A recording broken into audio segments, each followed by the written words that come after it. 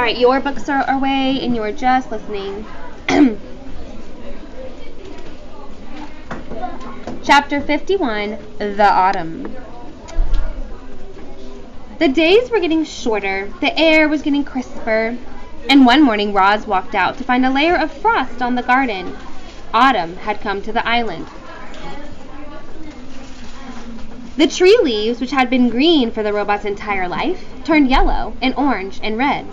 Then they let go of their branches and floated down to the ground, and the forest gradually filled with the sounds of creatures scurrying through dead leaves. Close it. Tree nuts were also falling, thunking onto roots and rocks, and occasionally clanging off the robot. The smell of flowers faded as blossoms withered.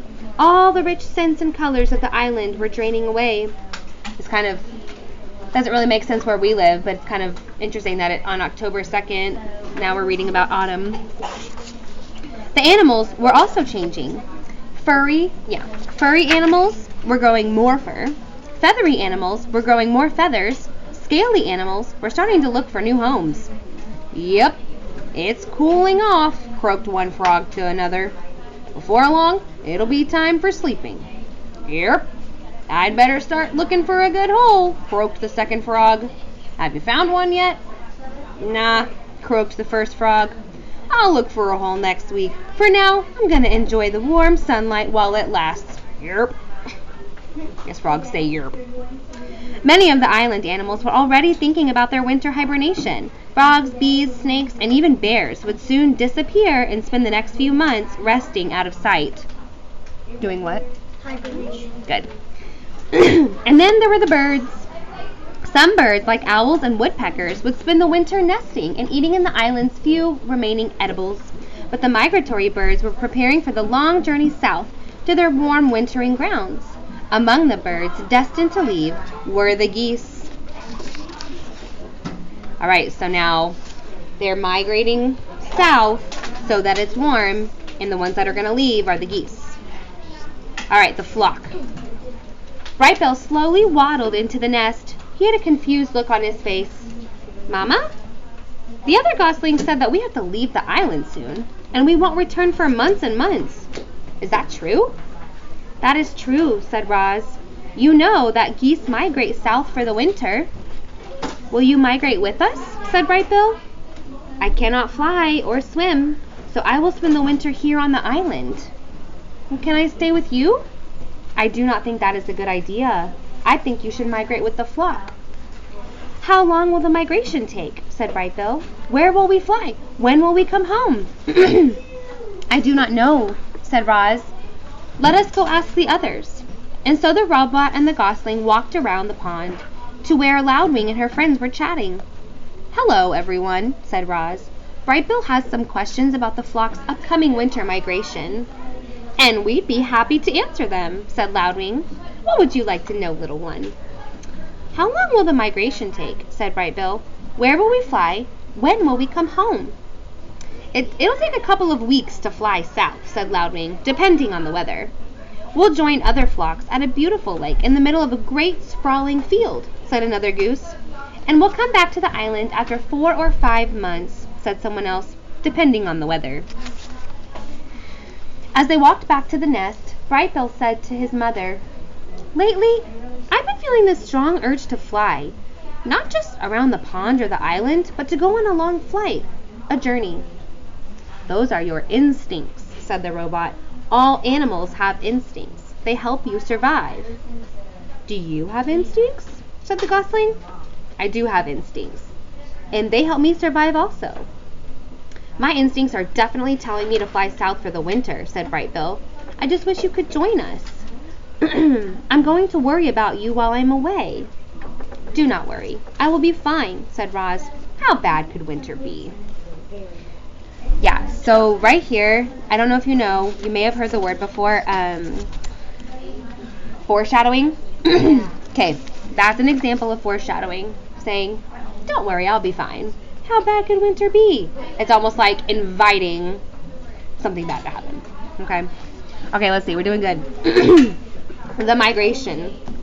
It was the night before the migration, and Brightbill was sleeping fitfully.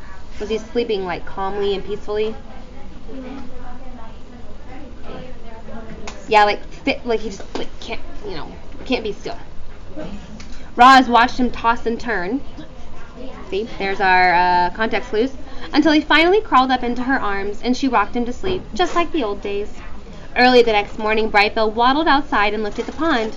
The water was perfectly still. A few lazy clouds drifted above. Geese were already gathering by the beach. And then tiny claws scampered down from the treetops. "So today is the day, huh?" said Chit Chat, perched on a branch. "You're going to see so many new things and meet so many new animals, and if there are any squirrels at your wintering grounds, please tell them that Chit Chat says hello."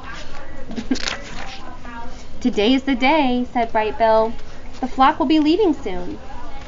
"Are you excited or nervous or scared?" "I'm all of those things."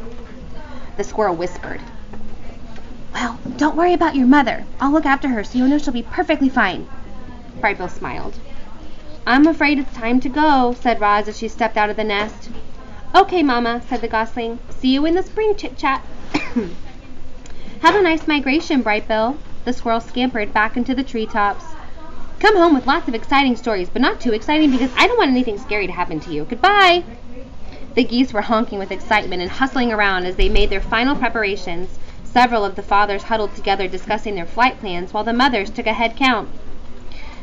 "There you are, Brightbill," Loudwing honked in the middle of the crowd. "We're just about to begin." "May I have your attention, please?" said the biggest goose. "As most of you know, my name is Longneck, and I'll be leading this year's migration.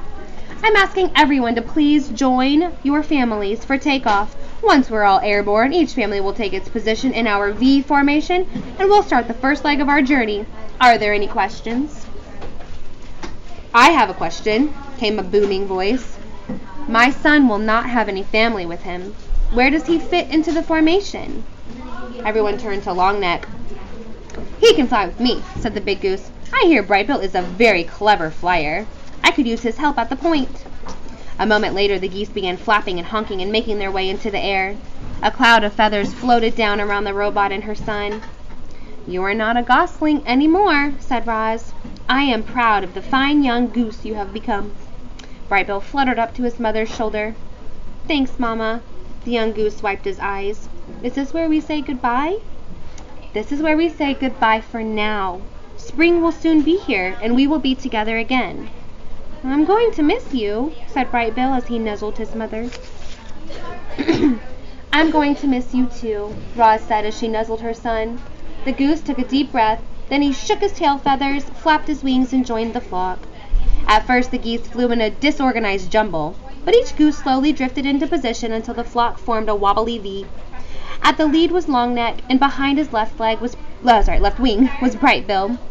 They circled in the sky until the V pointed south, and then the geese began their long migration.